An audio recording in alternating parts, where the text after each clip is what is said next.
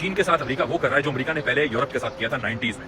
जो इस वक्त ट्रंप का एक एडवाइजर है फाइनेंशियल, उसका मुझे नाम एक्जैक्टली याद नहीं आ रहा, कमेंट्स में आप लोग जरूर बताएं। वो वही बंदा है जिसने ब्रेक किया था यूरो की पावर को 90s में। अब दोबारा वो ये काम चाइना के साथ करना चाह रहे हैं। लोगों को लग रहा है ट्रंप बेवकूफ है, लोगों को लग रहा है कि ट्रंप की एडमिनिस्ट्रेशन बेवकूफ है, बहुत चला के बहुत होशियार है, और ये अपना वही गेम प्लान चला रहे हैं जो गेम प्लान उन्होंने 90s में चलाया था। और उस वक्त यूरोपियन यूनियन की जो ताकत थी उसको तोड़ा था, यूरो को तोड़ा था। और उससे पहले जॉर्ज सोरोस जो था वो उसको लीड कर रहा था, और जॉर्ज सोरोस जो है उसने शॉट मारा था यूरो के ऊपर बहुत बड़ा, और billions and billions of dollars उसमें सोरोस ने कमाए थे, और वो उस कमेटी का हिस्सा था और सोरोस का दोस्त था, जिसको आज ट्रंप ने अपॉइंट किया है और चाइना के खिलाफ उसको इस्तेमाल कर रहा है। और ये टैरिफ लगाना चाइना के खिलाफ उसका एक हिस्सा, ये एक्जैक्टली उसी गेम प्लान पे चल रहे हैं जिस गेम प्लान पे चल के इन्होंने यूरो को तोड़ा था, यूरो की ताकत तोड़ा था और यूरो को डॉलर के सामने सब्जुगेट करवाया था। और 90 से डॉलर की ताकत जो है दुनिया के अंदर, दुनिया को डोमिनेट कर रही है तब से। ये वही गेम प्लान चला रहा है चाइना के खिलाफ, युआन के खिलाफ। इनको पता है चाइनीज इकोनॉमी कमजोर है। टैरिफ लगाने का मतलब है कि चाइना के अंदर, चाइना के ऊपर एक्सपोर्ट्स के ऊपर पाबंदी लगाना, चाइना की एक्सपोर्ट्स को महंगा करना, चाइना की मैन्युफैक्चरिंग को बुरा करना, चाइना की मैन्युफैक्चरिंग को मुसीबत में डालना, परेशानी में डालना। चाइना के पास कोई और तरीका नहीं बचा सिवाय इसके कि वो यूएस के बॉन्ड्स को बेचे।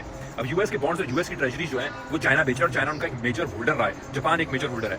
अब इसको बेचने का मतलब ये है कि उसका जो रेट है, फॉर एग्जांपल अगर एक बॉन्ड आपने, मैं आपको समझाता हूं, अगर एक यूएस का बॉन्ड आपने $1000 का खरीदा है और उस $1000 में महाना आपको $50 मिलते हैं, एक मैं मिसाल दे रहा हूं, तो ये बेच रहे हैं क्योंकि चाइना को लग रहा है कि अमेरिका, अब गेम ये है कि कौन पहले कोलैप्स करेगा। कोलैप्स आ रहा है, जिस तरह मैं पिछले साल आपको बता रहा था ना, अब ये दो बड़ी इकोनॉमी जो है ना वो रिसेशन वॉर में चली गई है। इनको पता है कि कोई ना कोई एक गिरेगा, कौन परिंदा पहले गिरता है, सारा गेम वो है, गिरना अब है, क्योंकि बॉन्ड बिकना शुरू हो गए हैं। और इस चीज के बारे में कुछ कंट्रीज पे टैरिफ कम भी किए हैं, ईयू पे टैरिफ 90 डे का पॉज लिया है, लगेंगे भी नहीं शायद कभी मेरे ख्याल से। ये सिर्फ चाइना को गिराने के लिए गेम हुआ है। भाई लोगों को लगा है कि भाई वो इसलिए कर रहे हैं टैरिफ क्योंकि हमें इंपोर्ट्स नहीं चाहिए, वो हमें मैन्युफैक्चरिंग इंडस्ट्री बढ़ानी है। ये सब वैक्स था, ये सब गेम था, कोई मैन्युफैक्चरिंग इंडस्ट्री बढ़ानी नहीं है, कुछ नहीं करना। मैन्युफैक्चरिंग इंडस्ट्री कोई ऐसे नहीं बढ़ेगी टैरिफ लगाने से, उसके लिए पूरी एक नस्ल की मूवमेंट आती है। इसलिए ये मैं आप लोगों को अभी बयान कर रहा हूँ कि ये है सारे का सारा चाइनीज इकोनॉमी को गिराने के लिए। इसको स्टडी करके जो मैं समझाऊँ, इस बार चाइना को रिसेशन में पुश करने का और कुछ नहीं है। अब चाइना बेच रहा है बॉन्ड क्योंकि चाइना को डॉलर की जरूरत है।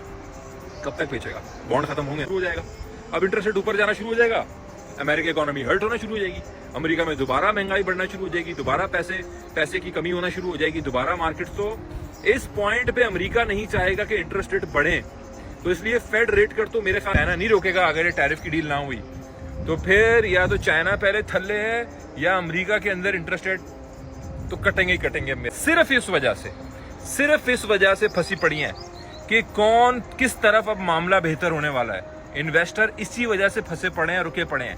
बिग नाम चल रहा है, ठीक है जी, और ये चाइना चला रहा है। एक बात मिसाल दे रहा हूं मैं, ठीक है, तो ये रुक जाएगा तो ये सारे मजदूर कहां जाएंगे, ये सारे वर्कर लेबर कहां जाएंगे? एक पूरे दुनिया के फेज में जॉबलेसनेस